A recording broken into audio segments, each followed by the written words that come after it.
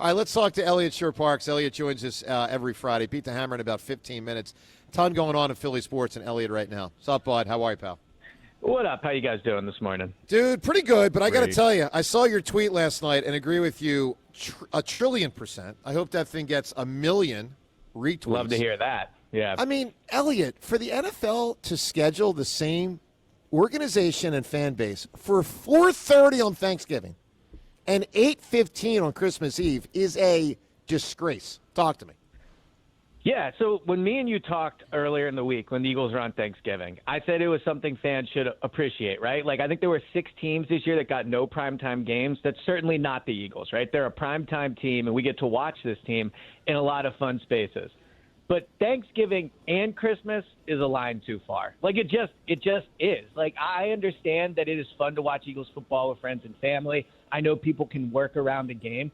But it's intrusive. Like Thanksgiving and Christmas, I mean, I'm over Thanksgiving, but Christmas is the best day of the year, and Christmas Eve is the best part of Christmas.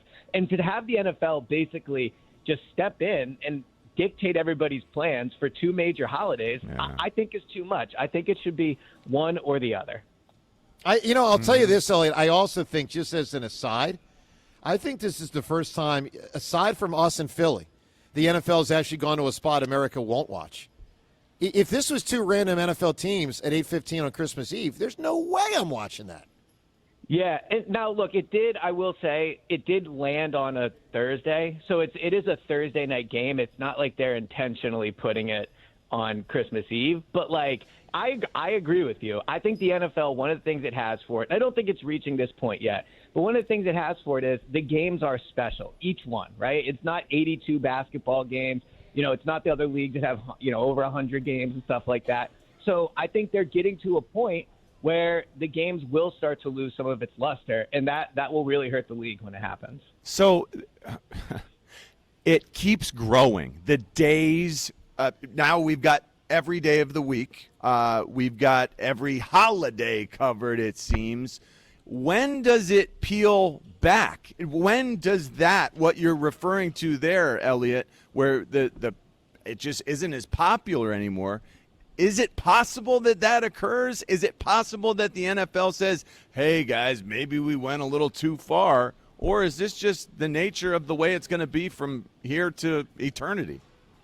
I think it's just the nature of the way it's going to be, because as much as I don't like that they're playing on Thanksgiving and Christmas, we cannot like the schedule, we'll all be watching, right? Like, there is not a time, date, place they could put an Eagles game where I wouldn't watch it. And there's not really a time, date, or place where they could put an NFL game where I at least would not be monitoring it, watching part of it, and aware it's happening. So ultimately what they have right now is the best product in American sport. Like, it is what it is. So they can put it wherever they want, and we'll complain about it, but we'll watch it, and that's really all that matters. Eliot, independent of the holiday element that we've been discussing here, let's now peel back the 17-game Eagles schedule.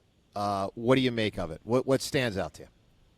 Yeah, I don't think they got many breaks in it. Like, there are not many games I look at and I go, this was made easier by the schedule. If you look at, the opponents we already know. So I think what you look for in the schedule is rest advantages, stretches with easy opponents where you can rack up some wins. And they didn't really get a ton of that. If you look at the rest compared to the teams around the league, they got the second biggest rest disadvantage in terms of having less rest than their opponent. So they got, they did not turn out well there. If you look at it, they go to London. They then face the Panthers at home, who are coming off of a bye. They face Washington on a short week coming off of Dallas. I believe Washington is coming off of a bye as well for that game. So they face 4 teams coming off of the bye prior to them having their own bye. I don't like having the bye in week 10. I know it's in the middle, but training camp is one of the hardest parts of the season in some ways, right? So, like, you basically have a month of training camp in 9 games before you get a break. And then I think if you look at the beginning, they face bad defenses in the first 2 games, which is helpful.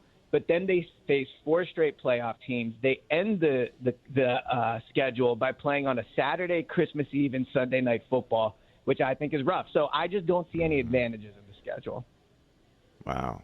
It's the second to last week with the 49ers feels like a far cry from where things have stood in recent years, where it's just kind of like we're resting guys. We are calming it down before the postseason push. I saw also the 23rd hardest schedule according to last year's record. It feels like this is going to be, despite all of the circumstance, Eliot, it does feel like this is going to be the schedule that allows us to get back to where we want to be. I know that Joe said that he felt the team would take a step back. Is this schedule, based on our previous experience, it was the toughest in the league, does this allow us to get back to where we are feeling pretty good and having a bye because the schedule is that favorable? Yeah, so when I went through this schedule and did the win-loss, prediction, I had them at 11-6. So really? I still think they're a double-digit win team. I would probably go to 12 before I went to 10.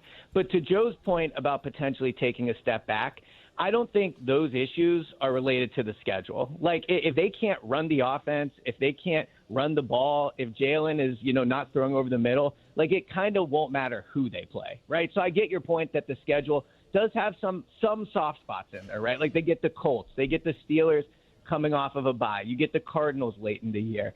I guess you could argue the Texans on Christmas Eve on a short week for them. James made this point, they're not going to want to be playing football on Christmas Eve away from their home. Like, there are some soft spots to it, but ultimately, if the quarterback can't run the new offense, it just kind of doesn't matter who they're playing. Yeah. Well, this new offense will be built around this quarterback, and I guess we're find out. getting ahead of ourselves. Yeah, Eliot's point is we'll find out. Hey, Eliot, by the way, I don't want to get to some Sixers stuff with you, but I'll just say this last thing on the schedule. The greatest thing about the schedule for the entire league yesterday, not the Eagles, the NFL is diabolical, Eliot. Them flipping Vrabel and the Patriots week 1, man. Yeah. I mean, that is a bullseye diabolical scheduling job. Well, and you asked a few questions ago, like I think it was maybe Richie, when it will stop. Them putting the biggest scandal that you in theory would think they wouldn't like into prime time just shows they just care about eyeballs. They don't care why the eyeballs are watching. And for what it's worth, we get A.J. Brown in week 1 too. Oh, yeah, buddy.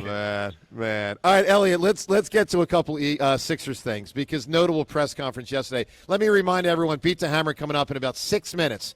So Beat the Hammer in 6 minutes. We'll take the 5th caller on the contest line. Now, James, I need you please to tell people what this contest line number is. Caller 5 at 445-544-8300. One more time. 445-544-8300. All right, we'll play Beat the Hammer in 5 minutes. Eliot, I want to play 2 pieces of audio from the Sixers press conference yesterday and get your impressions. The first is Bob Myers talking about his role. Here is what he said. I view taking the next few weeks, not sure how long it'll be, to identify a day-to-day leader that'll have a lot of authority here, which they should.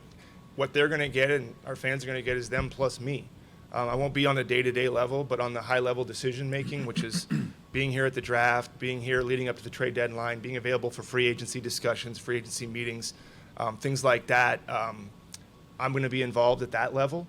And I can tell you that I imagine, and this isn't, not saying this lightly, I'll be communicating with that person daily, if not 5 out of 7 days a week. You know why? And I don't view that as a job because I want to. I want to hire somebody that I can work with. I want to hire somebody that Josh can work with. And most importantly, I want to win. And I think that I have had some experience in this space. And if I have something to say, it's harder for me not to say it than say it. But that'll be my role, and obviously continuing to work with Josh on all this very high level stuff. But I'm looking forward to kind of that role, and it's the best part about working in sports is the competition. If you like competition, it's a great space to live in. But you got to deal with some pain. You got to deal with some loss. But when you win, it's all worth it. But that would be how I would characterize it. So, Eliot, there's a ton in there, but one of my thoughts goes to Howie Roseman, who, similar level of accomplishment of Bob Myers. You just want him to run the show instead of defer to someone else day-to-day to run the show, and then he swoops in. Like, you know what I mean? Like, if you have a Howie Roseman or a Bob Myers, you just want them to be the guy. What do you make of Bob Myers' role? Well, first, I love that he clarified he's not going to work weekends. You got to love that at the opening. Thanks, pal. Good stuff. Great point. Maybe 5 out of 7 days. If not 5 out of 7 7 days, right? Yeah, let's not get crazy here. Saturday and Sunday matter. No, it's funny. It's funny you say that because I had the same thought listening to it. But I think I had a bit of a different takeaway than you in that it kind of sounds like the role Howie has now. Howie works 7 days a week, so, I think that's a difference. But Howie Roseman ultimately is a big decision maker with the Eagles, right? Like, he has people under him that are doing, the kind of day-to-day work. And I think that's what you're hearing Bob Myers say. Like, they'll hire somebody, but it's clear that the ultimate decision maker with the Sixers is Bob Myers. When it comes to big trades, when it comes to who to target in free agency, when it comes to who they're going to take in the draft, he's explaining that he's the one that is going to make those decisions. So I like that in 2 ways. One, because of his resume, I have trust in him. But I also think it allows them to hire somebody that maybe is young, up and coming, has fresh ideas, maybe isn't ready yet to be like the main guy. But if you have Bob Myers kind of overlooking him, then you can hire someone from an organization that can bring something different and not somebody like when they hired Daryl Morey, they needed someone to do all of it. I think with Bob Myers running the show, they can open the type of candidate they can hire. One more thing. Go ahead, John. Do you think it's helpful that he has built a championship team with Steph Curry and Klay Thompson as the building blocks, I guess, the premier backcourt, and we've got something similar, a young version of guys? I'm not saying there's Steph Curry and Klay Thompson yet, but does that help our cause that there is familiarity in terms of two good guards to start? Yeah, I mean, I think it can only help. The fact that, now, obviously, to your point, Steph Curry and Klay Thompson are a bit of a unique example. But Tyrese Maxey and VJ for sure. Like, I think this team needs to stop trying to build around a center. I'm not saying it's impossible to do, but we've seen the issues with trying to build around a player that is that big and getting him through the season. So I definitely think it helps that Bob Myers has a history of winning around guard play. So, Eliot, one more thing, and then we'll get to Beat the Hammer. I thought Josh Harris did, I'll call decent yesterday. I find his voice irritating to all hell. He's the single most annoying voice of all time. I thought he was decent. Well, then it's not decent. Well, I mean, if it's annoying no, as all no. hell. Decent in that I think.